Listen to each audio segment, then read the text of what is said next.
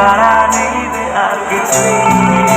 আমি সত্যি কৃতজ্ঞ, আমি এ ভালোবাসা পাওয়ার যোগ্য নই, আমি খুব ক্ষুদ্র, খুব সামান্য, কিন্তু যে ভালোবাসা আপনারা দিয়েছেন আমি কৃতজ্ঞ। Hello everyone, welcome back to my channel. আবার একটা নিউ ব্লগে অনেক অনেক ওয়েলকাম। গুড ইভিনিং গাইস, আর এখন বাজে প্রায় সন্ধ্যা 8টা। তো যাই হোক, আজকের ব্লগটা আমি এখন থেকে স্টার্ট করছি। আর আজকে সম্পূর্ণ ভিডিওটা কিন্তু আমি ওভার ভয়েস দিয়েই দিচ্ছি। আমাদের পাড়াতে কিন্তু বাসন্তী পুজো উপলক্ষে 10 দিন মেলা হয়, তার পাশাপাশি কিন্তু দারুণ দারুণ প্রোগ্রাম হয়। আর আজকে কিন্তু হচ্ছে 9তম দিন, মানে আজকে 9 দিন। আর আজকে কিন্তু আসতে চলেছে আমাদের সবার প্রিয় গায়ক কেশব দে। আমরা অনেকদিন ধরেই এক্সাইটেড ছিলাম তার গান শোনার। তো ফাইনালি কিন্তু আমাদের পাড়াতেই আসছে। এদিকে দেখো আমার সোনামা তো পুরো অলমোস্ট রেডি, আর আমিও কিন্তু রেডি। তো চলো আজকের ব্লগটা কিন্তু আমি এখন থেকে স্টার্ট করছি। তো প্রথমে কিন্তু আমরা চলে এসেছি মেলার মাঠে। তো প্রথমে দেখো গেটটা কিন্তু একদম পুরো আলোয় আলো পুরো ভরে গেছিল আজকে। তো চলো এখন ভিতরে গিয়ে তোমাদের আজকে আগে দেখাবো প্যান্ডেলটা। এই হলো প্যান্ডেল, দেখো প্যান্ডেলটা এতটাই সুন্দর হয়েছিল।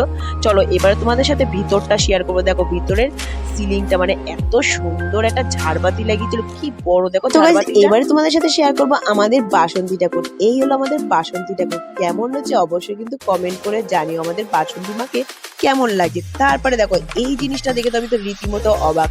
এই দেখো আজকে কতগুলো বক্স এসেছে, আমি তো রীতিমতো গোনা শুরু করে দিয়েছি 1 2 করে। তারপরে দেখো আমি ভাবছি কি এত বক্স। আর এই হলো স্টেজ। এখানে কিন্তু আগামী অনেকদিন ধরে কিন্তু প্রোগ্রাম চলছে, আর রাতে কিন্তু স্টেজটা একটু বেশি করেই সুন্দর করে সাজিয়েছে। তো চলো, আর এই দেখো আমার সোনা মায়ের অবস্থা, কি যে শুরু করে দিচ্ছে, এখন নাকি জল রাইড চলবে। আমি বললাম দেখো না প্যাটেল চালি তুই পারবি না, তুই এটা চল। ও তো কথা শোনা রাজি না। তারপর শেষমেশ করে আমি এইটা দিয়ে বুঝিয়ে দিলাম। তো চলো আমাদের ছোট্টখাটো মেলাটা একটু সিনেমাটিক শটের মাধ্যমে তোমাদের দেখিয়ে দিই।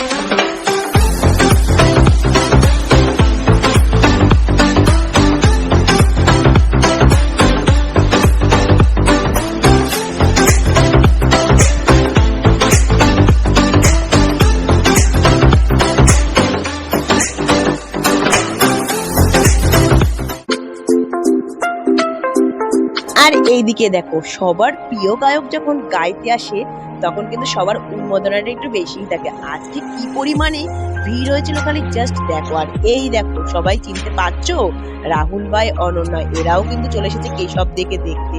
আর এদের সাথে আমি ওদের বাড়িতে গিয়ে যেভাবে প্র্যাঙ্ক করেছিলাম, ওরা কিন্তু আমাকে হাড়ে হাড়ে মনে রেখেছিল। আরে দেখো আমাদের সোনা পাপা, তারপর আমার মাম্মা, ওরা এখন খাবার দাবার খাচ্ছে। একটু বাদেই তো প্রোগ্রাম শুরু হবে। তারপরে দেখো প্রোগ্রাম কিন্তু অলরেডি শুরু হয়ে গেছে। প্রথমে একটা মেয়ে সিঙ্গারকে তুলেছিল, এই মেয়েটার নাম হচ্ছে জিনিয়া দে। এও কিন্তু ফাটাফাটি গলা, এত সুন্দর গান গেয়েছিল, সবারই কিন্তু মনটা জয় করে নিয়েছিল। তো এরপরে ক্লাবের তরফ থেকে শিল্পীকে বরণ করা হয়েছিল উত্তরীয় ব্যাচ আর এবং পুষ্পস্তবক দিয়ে। আর পুষ্পস্তবক দিয়ে কিন্তু আমি বরণ করেছিলাম। তো ফাইনালি কিন্তু কেশবদা এসে হাজির। আর ইনিকে চিনতে পারছো, ইনি কিন্তু কেশবদার ওয়াইফ অঙ্কিতা। তারপরে দেখো আমাদের ঠাকুর দালানে কিন্তু দাদা কিন্তু বসেছিল, আর দাদার এসেই কিন্তু মাথা গরম হয়ে গেছিল। যে অ্যাঙ্কারিং করছিল তার বকবকানি এই গরমে দাদারা সহ্য হচ্ছিল না।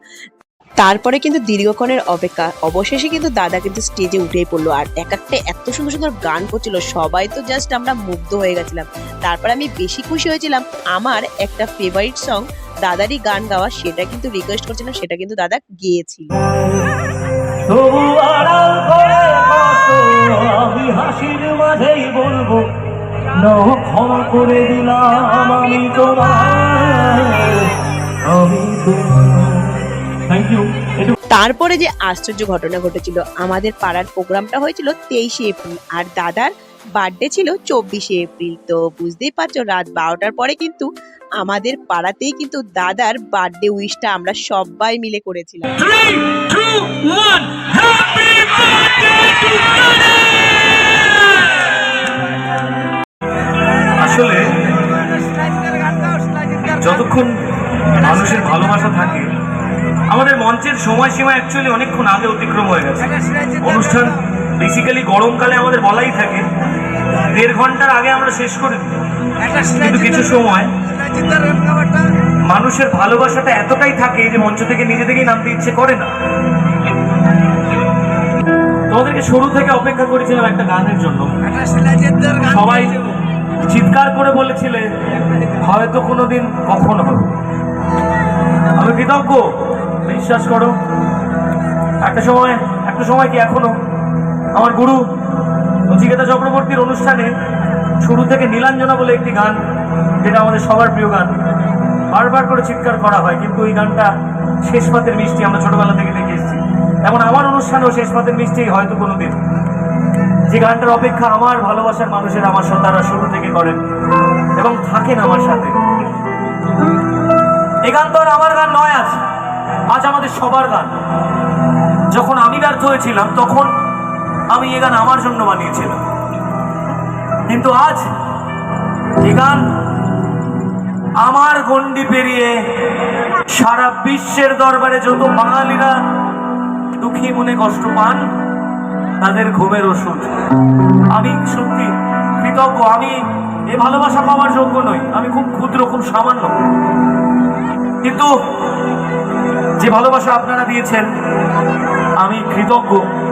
তাই আমরা সবাই মিলে গাইব, হয়তো কোনদিন তুই চাইবি আমাকে,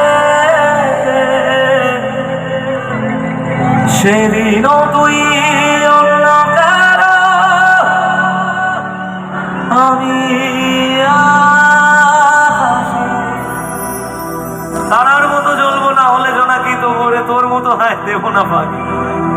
একদিনও কি ভালোবাসা ছিল না রে মনে, দারুণ খেলা খেলে গেলি আমার গোপনে, আমায় কাদাস না রে তুই, তোর স্মৃতি ছাড়া নেই রে আর কিছুই। এটা আমাদের সবার জীবনে প্রতি রাতের গল্প হয়ে গেছে। তাই জোর গলায় নিজের হেরে যাওয়া মুহূর্তগুলোকে জোর গলায় বলবো, আমায় কাদাস না রে তুই, তোর স্মৃতি ছাড়া নেই রে আর কিছুই। আমি মানছি, কিন্তু তোকে নিয়েও আমি আর চলতে চাই না, কারণ যে মুহূর্তগুলো আমাদের জীবনে খারাপ হয় তারা শুধু খারাপই বয়ে নিয়েছে। নেগেটিভ ভাইবসকে কোনোদিন জীবনে জায়গা দেওয়া নেই, কোনো দিন না। যে মুহূর্তে মনে হবে জীবনে একটা ফুল স্টপ পড়ে গেছে, ঠিক তার পরের মুহূর্ত থেকে একটা নতুন স্টার্ট আপ করো, দেখবে জীবনটা তোমাকে একটা অন্য পথে নিয়ে যাবে। তুমি সূর্য হয়ে চলবে, তোমার আলো হয়ে বাকিরা আলোকিত হবে। আজ যে মানুষটার পকেটে 200 টাকা নেই বলে সে ভাবছে আমি কি করব, আমি রেল লাইনে হাঁটতে যাবো কিনা, তারপরে ট্রেন ভালোবেসে দেবে, এটা অনেকেই ভাবেন। মনে রাখবেন, আপনি ওই 200 টাকা নেই বলে ওই যন্ত্রণা বুকে নিয়ে লড়াই করুন, 2 বছর পর আপনার পয়সায় 200 মানুষের অন্ন জোগাড় হবে রোজ। তাই কখনো জীবনে বিশ্বাস, আশা, ভরসা এগুলো থেকে চলে যেও না। 2021, আমি একটু পুরনোটা মনে করে, আমি অনেকদিন পর স্টেজে এই কথাটা বলছি, কারণ 2021-এর 23 এপ্রিল আমি মেদিনীপুরে একটা অনুষ্ঠান ছিল, আমার মনে আছে, ব্যাক টু ব্যাক তখন টানা অনুষ্ঠান শিডিউল, ওটাই আমার সেই সিজনের লাস্ট অনুষ্ঠান ছিল। 24 এপ্রিল আমার জন্মদিন, আর 25 এপ্রিল আমার জীবনে, আমার কেরিয়ারে, আমার প্রফেশনে, আমার পার্সোনাল লাইফে সব থেকে বড় ঝড় নেমে এসেছিল। আমি সেদিন সত্যি হেরে গেছিলাম, আমার মনে হয়েছিল আমি আর বোধহয় গান গাইতে পারবো না, আমার গান বোধহয় আর মানুষ শুনবেন না। কিন্তু somehow আমার কর্মের জায়গায় আমি ঠিক ছিলাম, আমি ভুল ছিলাম না। তাই আজ রাত 1:30 বাজে, সেই সময় এত মানুষ এখানে ভিড় করে আমার গান শুনছেন।